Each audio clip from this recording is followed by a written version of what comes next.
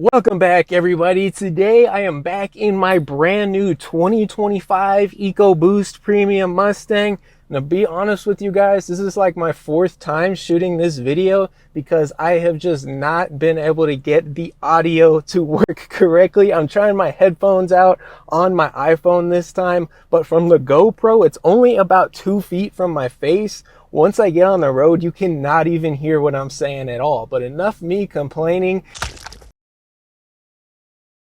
Today, I'm going to be talking about exactly why I decided to buy a brand new Mustang instead of going the used route and picking one up pre-owned. I've been making these videos for about 3 months. I think it's almost 4 months at this point. And a lot of you guys are like, oh, you're dumb for buying new. You should have bought something used. And to be quite honest with you guys, that was my line of thought too when I first started shopping for a brand new Mustang like I have here today. This is the EcoBoost Premium. I bought it brand new in the summer of 2025. So if you're watching this in the future, things in the car market might change. So keep in mind when I officially bought this car, the summer of 2025, because if you're watching this like 2027, 2028, things might change as far as the new and used car market goes, and you might be better off buying used later on in the future. But in 2025, I thought it was a better idea to buy new, and I'm going to explain to you guys exactly why. So first, I want to start off with why I wanted to buy one of these cars brand new. So this is obviously a Mustang, so if you guys are looking to pick up something like a Nissan Rogue or maybe even like an F-150 or something, this might not pertain to it as much. But with these sports cars, guys like to drive these things exceptionally hard. So what I didn't want to do is pick up a used Mustang with, let's say, 10, 20, or even 30 plus thousand miles, and all those miles be really hard driven, because that's just going to take down the lifespan of that motor, the transmission, and to be honest, the entire car. So that's a big reason why I personally decided to buy new. Just because I know guys drive these cars really, really hard, and I didn't want to inherit something with, let's say, 20,000 miles and it already has problems, because guys like to sit there and rev the engine and make all this noise and do all this crazy stuff. I just didn't want to have to deal with the risk of picking up something used that was driven really hard, because this is personally my daily driver. If it wasn't my daily driver, I would have considered used more, but for that first reason alone, that's a good enough reason for me to not buy used. Number two, people do not maintain their cars very well. Okay, this is not just with like a Mustang that I have here. This is really with any car that you look to buy, especially nowadays. People just do not get oil changes enough. People don't even think to swap out the coolant. Like me in this car, I'm going to swap out the coolant probably once I get to about 25 or even 30,000 miles, just to make sure the engine is properly cooled. But most of the time, if you go buy a used car or a truck, it could have 100,000 miles on it, and the coolant has never been changed in that vehicle, and that is exceptionally bad for the engine. So if you're buying a used vehicle that isn't so old, it's not necessarily as big of a deal, but it's still important because people just don't maintain things. And now people are convinced the oil change companies, or not the oil change companies, but the oil companies have convinced everybody that like 10 to 15,000 miles on one single oil change is somehow perfectly fine. And I'm just not personally a believer in that. But when you start shopping for used cars, most people honestly believe all of that nonsense. I mean, they'll go 10, 12, 15,000 miles on one single oil change. And that's just not a good idea. That's not going to get you the longevity out of a car that you should. Me in this car, I picked it up brand new. As soon as I hit 2,000 miles, I got a fresh oil change, especially in a car like this, a performance car with a turbocharger on this little 4-cylinder engine, because that oil is having to work double time because of the turbocharger. The engine is going to get a lot hotter, and the oil is also going to be used to cool a extremely hot turbocharger on top of this engine. So I didn't want to even go more than 2,000 miles for the first oil change. Then after that, I'm definitely going to go every 3,000 miles. But when I was looking at these cars used online, you look up the Carfax, it's like the first oil change is 8,000 miles. And I just wouldn't want to do that. Like, you're talking about buying a car with 20,000 miles on it already, and somebody changed the oil like twice, maybe once. And I'm like, I do not, that is going to be a wreck. That is going to be a nightmare that I do not want to inherit. Moving on to the next reason. The reasons just keep coming as far as why I bought brand new. I actually started in the mindset that I wanted to buy a used vehicle. When I grew up, my parents exclusively bought used vehicles. This would have been in the 2010s, right? When I was growing up, I was probably about a teenager at this point. And if you bought a used vehicle that was a year or two old, you were saving yourself $10, $15, $20,000 just because you bought a couple-year-old vehicle with about 10 to 20,000 miles. But when I was looking to buy, that was just absolutely not the case.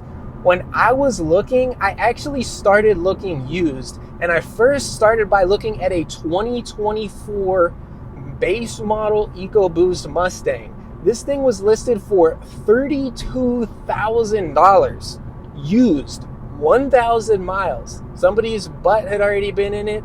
Somebody had already driven this car. Super low mileage, still basically a brand new car, but $32,000. And I was like, I don't really want to pay $32,000 on an EcoBoost Mustang, especially a base model, and it's used. So I was like, what the heck? I'll go ahead and look at a brand new one. So I went online and I found at a specific dealership, they had a brand new one listed at $30,150. So let's just call it $30,000. So already the car was $2,000 less, brand new, same thing.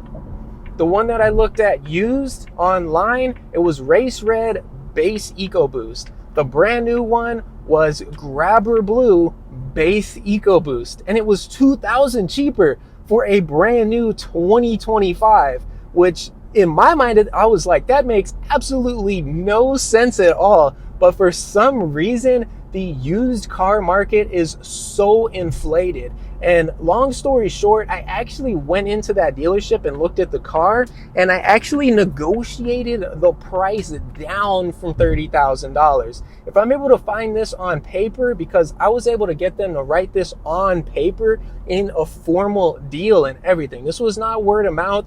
This was on paper, because when I'm shopping real estate, I'm shopping cars or anything, I do not go based on word of mouth, because word of mouth means nothing.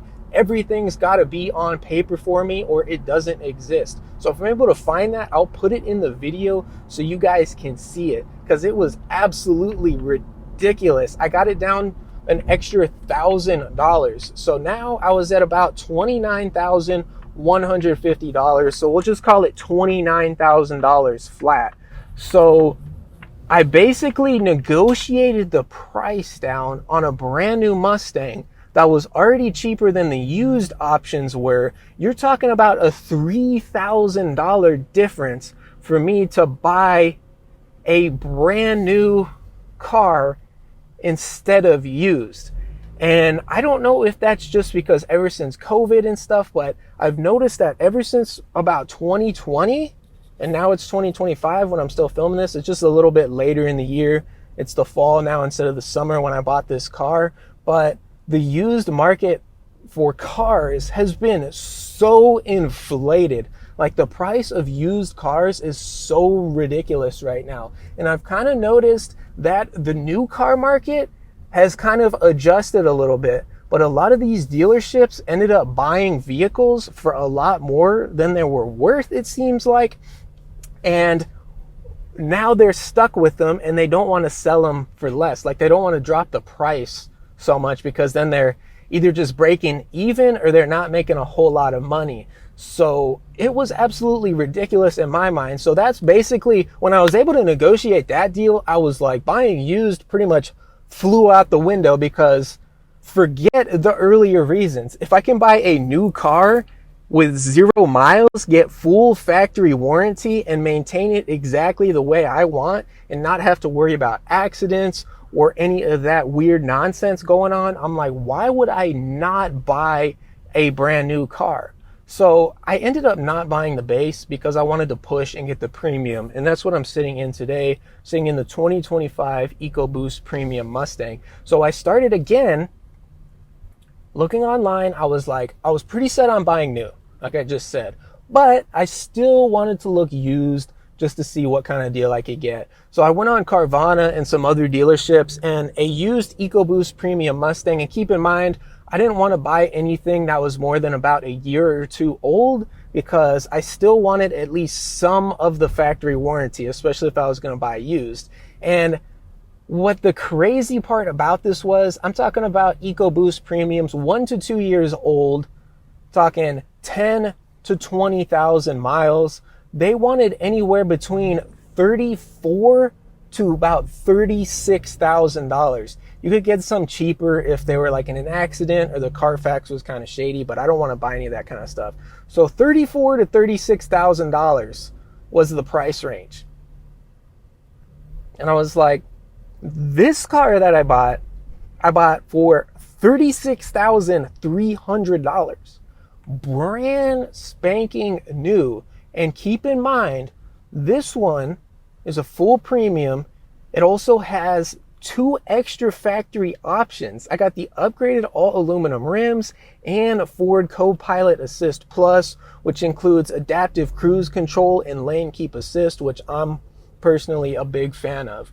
So basically, even if I found an okay used one, like on Carvana or at another dealership, I would be paying, let's say I got a really good deal, $34,000, $35,000 for a used one that has 10 to 20,000 miles,